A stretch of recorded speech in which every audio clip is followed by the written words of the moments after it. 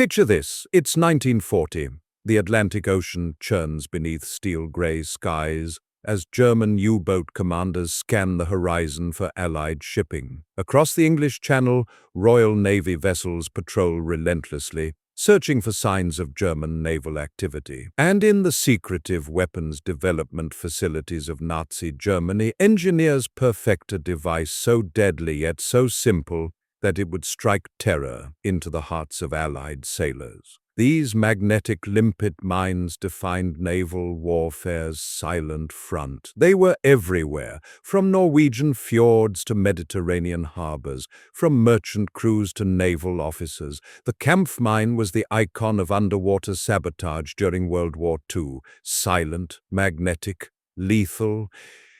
Yet, if you look at modern naval warfare today, you'll notice something strange. The magnetic limpet mine has almost completely vanished from military headlines, replaced by sophisticated unmanned underwater vehicles and advanced naval weaponry. So what happened? Why did naval forces seemingly abandon a weapon that dominated covert maritime operations for years? And what does that evolution say about how naval warfare itself has changed? In the summer of 1940, as German forces swept across Western Europe with devastating efficiency, the Kriegsmarine faced a significant challenge. While their U-boats wreaked havoc on Allied shipping in the open ocean, they needed a way to strike at vessels safely harbored in ports and protected anchorages. Traditional naval mines required deployment from ships or aircraft, making them impractical for covert harbor attacks.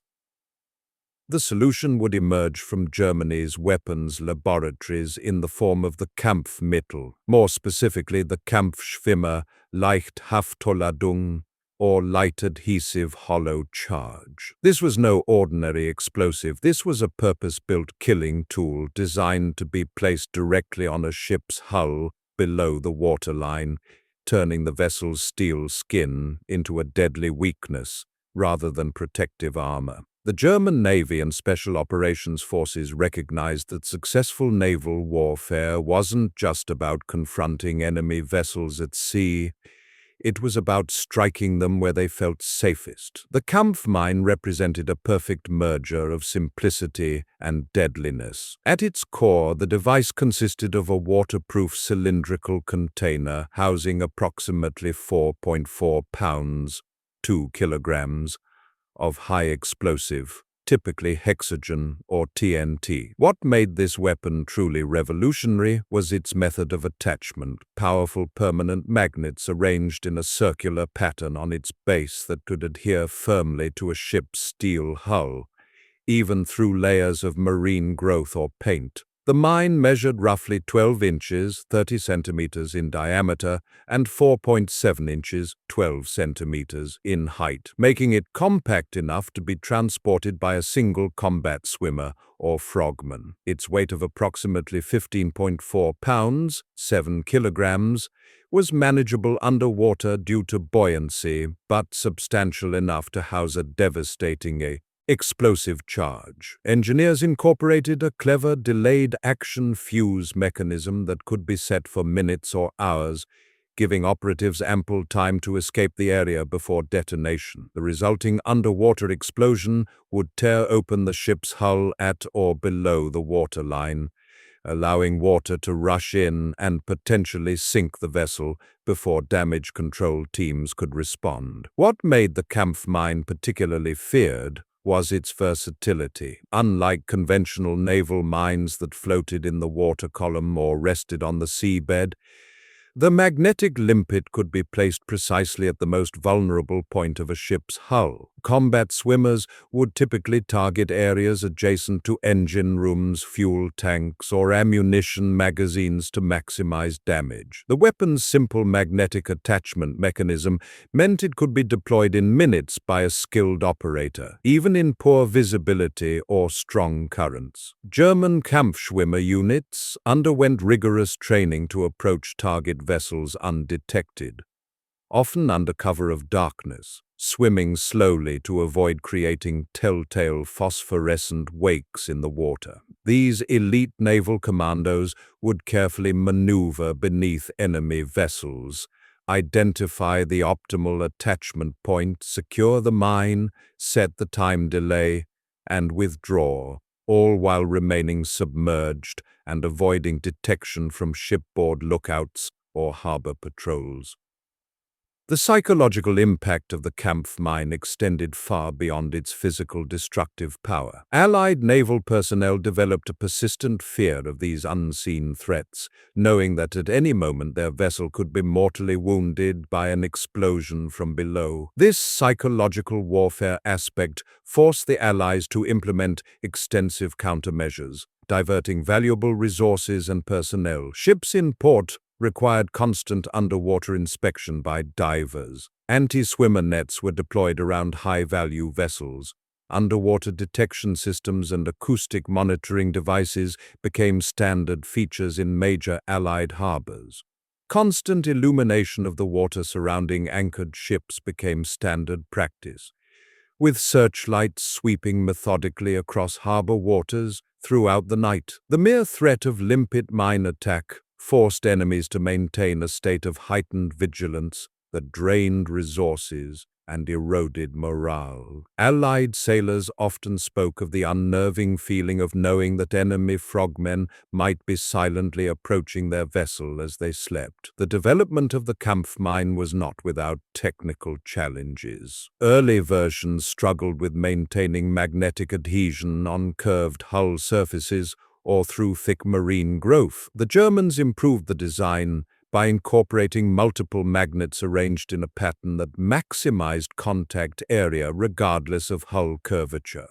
Waterproofing presented another significant challenge. Any leakage could compromise the explosive charge or timing mechanism. German engineers utilized advanced rubber seals and carefully machined metal components to ensure watertight integrity even at considerable depths. The time delay mechanism required particular attention, as it needed to function reliably after prolonged immersion in salt water while remaining adjustable for different mission parameters. Early timers used acid-based chemical delays, but later versions incorporated more reliable mechanical clockwork systems.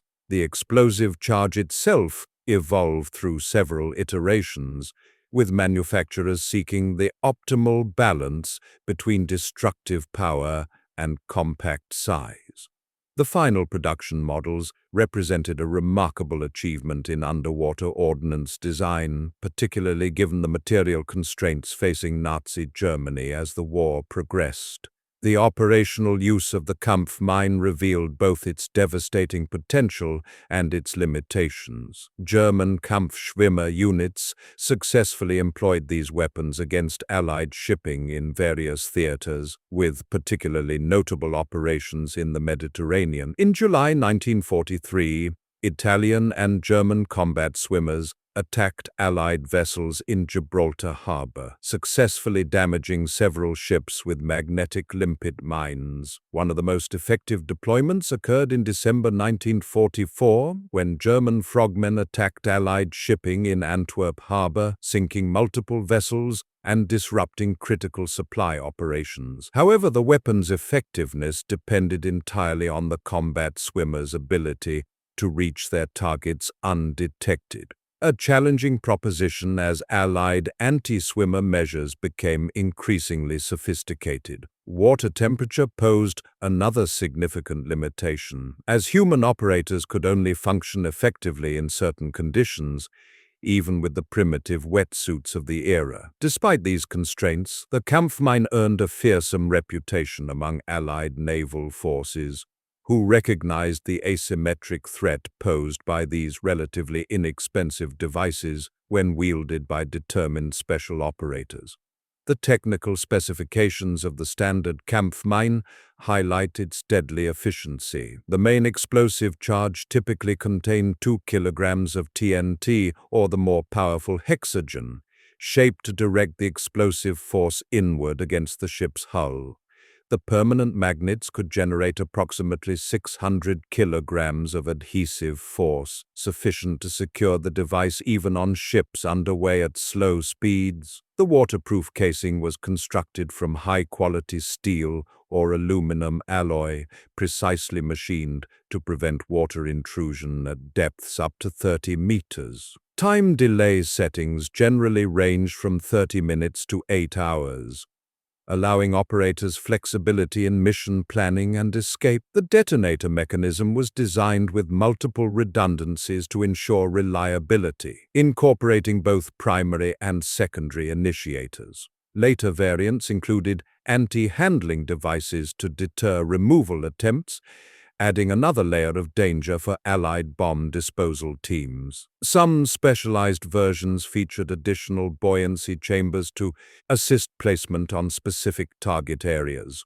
while others incorporated extended duration timers for strategic delayed attacks. Throughout the war, German engineers continuously refined the design based on field reports from combat units, making incremental improvements to enhance reliability and lethality. The Allied response to the Kampfmine threat evolved rapidly as the war progressed. Initial defensive measures focused on physical barriers, with anti-torpedo nets expanded to reach the seabed around high-value vessels. Continuous underwater patrols by divers became standard procedure in major ports. Though this proved extremely resource-intensive and physically demanding for the divers themselves, acoustic detection systems designed to identify the distinctive sounds of swimming frogmen were deployed in key harbors, though these often produced false alarms from marine life. Shore-based radar systems were occasionally able to detect the small inflatable craft used to transport combat swimmers near their targets. Perhaps most effectively, intelligence operations aimed at identifying and neutralizing German frogman training facilities and deployment units disrupted the specialized personnel pipeline needed for successful Limpet mine operations. By 1944, Allied naval security had developed a comprehensive layered defense against underwater sabotage threats, though the psychological impact of the Kampfmine persisted until the war's end. Naval security officers recognized that even one successful attack could damage numerous vessels if panic led to relaxed vigilance. The legacy of the German Kampfmine extended well beyond World War II, influencing naval warfare and maritime security for decades.